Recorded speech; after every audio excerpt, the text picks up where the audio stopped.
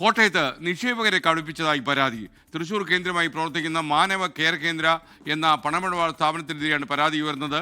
പണം തിരികെ നൽകുന്നില്ലെന്ന് കാണിച്ച് നിക്ഷേപകർ ഹൈക്കോടതിയെ സമീപിച്ചു.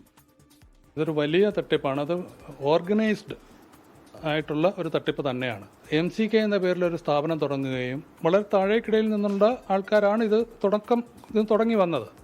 അതിനുശേഷം ഇവർ ഈ പറഞ്ഞ രീതിയിൽ നമ്മുടെ ചിറമേലച്ചൻ അദ്ദേഹം മാനവ കെയർ കേന്ദ്ര എന്ന് പറയുന്ന ഒരു സംവിധാനത്തിലൂടെയാണ് കിഡ്നി കൊടുത്തതും ആ പേര് ഇവർ സ്വീകരിക്കുകയാണ്. ഇവർ പതുക്കെ തുടങ്ങി കേരളത്തിൽ അങ്ങോളം ഇങ്ങോളം ഏതാണ്ട് 74 ബ്രാഞ്ചസ് തുടങ്ങിയിട്ടുണ്ട്.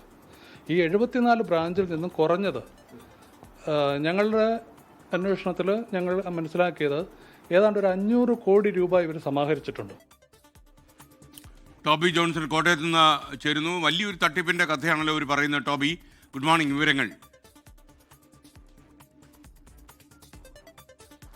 Good morning SKN. ഒരു വലിയ തട്ടിപ്പ് എന്ന് തന്നെയാണ് നമുക്ക് മനസ്സിലാക്കാൻ സാധിക്കുന്നത്.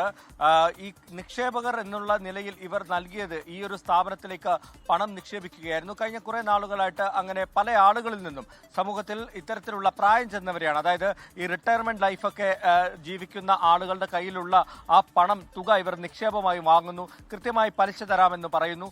എന്നാൽ ഈ കൃത്യമായി പലിശ ലഭിക്കാതിരിക്കും. ഒപ്പം തന്നെ പല ആവശ്യങ്ങൾക്കും വേണ്ടി നിക്ഷേപകർ തിരിച്ച് പണം ചോദിക്കുന്നു. അതായത് കല്യാണം നടത്തേണ്ട മക്കളുടെ കല്യാണം നടത്തേണ്ട ആളുകൾ ആ പണം എടുക്കാൻ ചെല്ലുമ്പോൾ അത് ലഭിക്കാതെ വരുന്നു. പിന്നീട് ചികിത്സയ്ക്ക് ആവശ്യങ്ങൾക്ക് വേണ്ടി ആളുകൾ ഈ പണം എടുക്കാൻ ചെല്ലുമ്പോൾ അത് ലഭിക്കാതെ വരുന്നു. അങ്ങനെ പല ആളുകൾക്കും ഈ പണം തിരികെ ലഭിക്കാതെ ആയതോടുകൂടിയാണ് ഇതിൻ്റെ ഒരു പ്രതിസന്ധിയിലേക്ക് കാര്യങ്ങൾ മാറുന്നത്. ഒരാൾക്കല്ല, 2 പേർക്കല്ല, 100-ലധികം ആളുകൾക്ക് ഇത്തരത്തിലുള്ള പണം ലഭിക്കാതെ വരുന്നു. അത് കോടികൾ വരുമെന്നാണ് നമുക്ക് മനസ്സിലാക്കാൻ സാധിക്കുന്നത്. അങ്ങനെ വലിയൊരു കബളിപ്പിക്കലിലേക്ക് നിക്ഷേപകർ പോകുന്ന ഒരു പശ്ചാത്തലം ഉണ്ടായി. കഴിഞ്ഞ കുറേ നാളുകളായിട്ട് ഈ പണത്തിന് വേണ്ടി ഇവർ ഈ സ്ഥാപനത്തിന്റെ ബന്ധപ്പെട്ടവരെ വിളിച്ചുകൊണ്ടിരിക്കുകയാണ്. പക്ഷേ ഒരു തരത്തിലും പല ആളുകൾക്കും പണം കിട്ടാത്ത ഒരു അവസ്ഥയുണ്ട്. ചില ആളുകളെ കാശ് നൽകി സെറ്റിൽ ചെയ്തിട്ടുണ്ടെന്ന് നമുക്ക് അറിയാൻ സാധിച്ചിട്ടുണ്ട്. എന്നാൽ അതിനപ്പുറത്തേക്ക് കൂടുതൽ ആളുകൾക്ക്, നിരവധി പേർക്ക് പണം പോയിട്ടുണ്ട്. അവർക്കൊന്നും ഇത്രയും വർഷമായിട്ട് ഈ തുക ലഭിക്കുന്നില്ല. ഈ ഒരു പശ്ചാത്തലത്തിലാണ് അവർ ഹൈക്കോടതിയിലേക്ക് പോകുന്നത്. പോലീസ് സ്റ്റേഷനുകളിൽ പോയി പരാതികൾ നൽകിയിട്ടുണ്ട്. ചില FIRകളൊക്കെ എടുത്തിട്ടുണ്ട്. എന്നാൽ അതിനപ്പുറത്തേക്ക് ഇവരുടെ തുക മേടിച്ച് നൽകുന്നതിനുള്ള നടപടികളൊന്നും തന്നെ എങ്ങും ഉണ്ടായിട്ടില്ല. ഈ ഒരു പശ്ചാത്തലത്തിലാണ് അവർ ഹൈക്കോടതിയിലേക്ക് പോയിരിക്കുന്നത്. എന്തായാലും ഈ ഒരു വിഷയത്തിൽ നമ്മൾ ഈ സ്ഥാപനത്തിന്റെ ഉടമകളിൽ ഒരാളുമായി ബന്ധപ്പെട്ടിരുന്നു. അപ്പോൾ അദ്ദേഹം പറയുന്നത് സാമ്പത്തിക പ്രതിസന്ധിയിലേക്ക് പോയതുകൊണ്ടാണ് ഇവരുടെ പണം തിരിച്ചു നൽകാൻ സാധിക്കാതിരുന്നത്. എത്രയും വേഗം തന്നെ പണം തിരിച്ചു നൽകുമെന്നും അദ്ദേഹം പറഞ്ഞിട്ടുണ്ട്. അതോടൊപ്പം തന്നെ ഈ 500 കോടിയൊന്നും തട്ടിപ്പ് അങ്ങനെയൊന്നും ആരുടെയും കയ്യിൽ നിന്ന് വാങ്ങിയിട്ടില്ല. 54 കോടിയോളം മാത്രമാണ് നൽകാനുള്ളത്.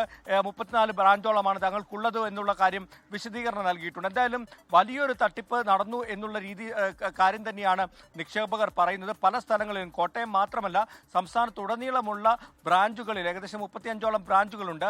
അവിടെയെല്ലാം നിക്ഷേപകർക്ക് ഇതുപോലെ പണം ലഭിക്കാത്ത ഒരു അവസ്ഥയുണ്ട് എന്ന് തന്നെയാണ് മനസ്സിലാക്കാൻ സാധിക്കുന്നത്.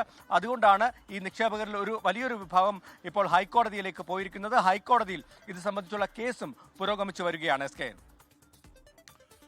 ഓക്കെ, എന്തായാലും തട്ടിപ്പുകൾ പല രീതിയിൽ, പല രൂപത്തിലാണ് കേരളത്തിൽ അരങ്ങേറുന്നതെന്ന് മനസ്സിലാകുന്നു. ലോകത്തെവിടെയായാലും ഏത് സമയത്തും 24 വാർത്തകളും ഓഗ്മെന്റഡ് റിയാലിറ്റി പാക്കേജുകളും എക്സ്പ്ലെയിനറുകളും വിശദമായി കാണാൻ ഞങ്ങളുടെ YouTube ചാനൽ നിങ്ങൾക്ക് സബ്സ്ക്രൈബ് ചെയ്യാം.